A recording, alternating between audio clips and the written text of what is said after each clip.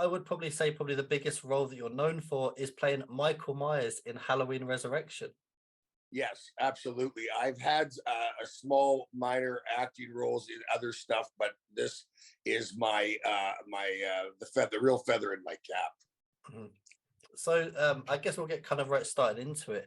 Um, for you, how does it feel portraying such an iconic horror character?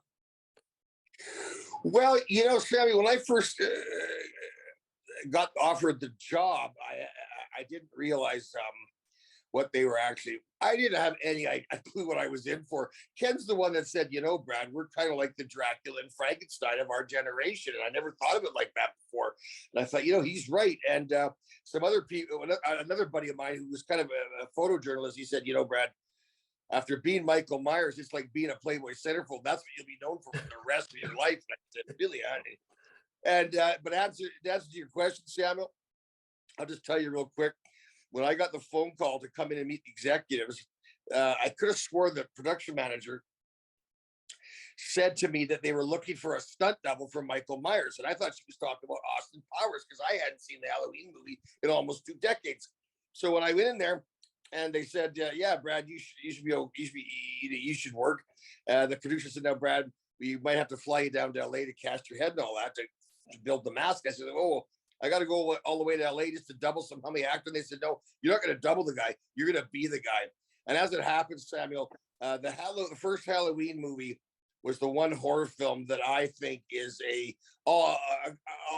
pretty much a masterpiece of any genre. Like, as far as, it's not overly bloody, gory, and violent like the other films I'd seen, but you know, you're on the edge of your seat because the guy's just so gosh darn creepy and methodical. It's just so, you're just on the edge of your seat the whole movie. He's just so Anyway, it was a big deal. In answer to your question, You know, that's actually something.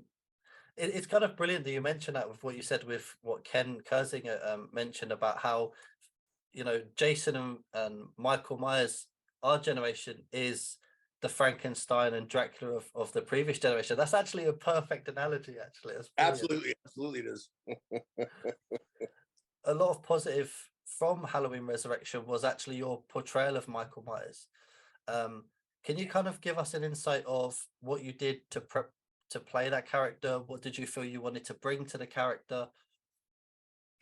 Well, you see, in my memory, I just remembered that was what most creepy about him was his gait, the way he walked.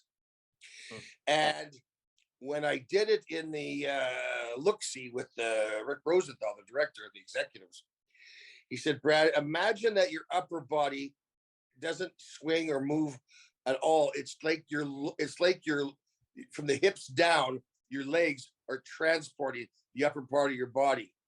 And, you know, when you watch Nick Castle, that's pretty much how he walks. His upper body doesn't swing his arms. He just kind of walks.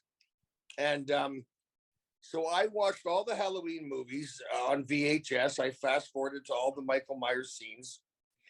But ultimately, I came back to the first one after watching all of them. And the one scene where he's walking from the house across the street, where she's in the house with the babysitting the kids, where she ends up stabbing him with, I think it was a knitting needle. Anyway, that particular walk was the one I tried to copy the most. And I've gotten a lot of props for my portrayal. Dick Warlock has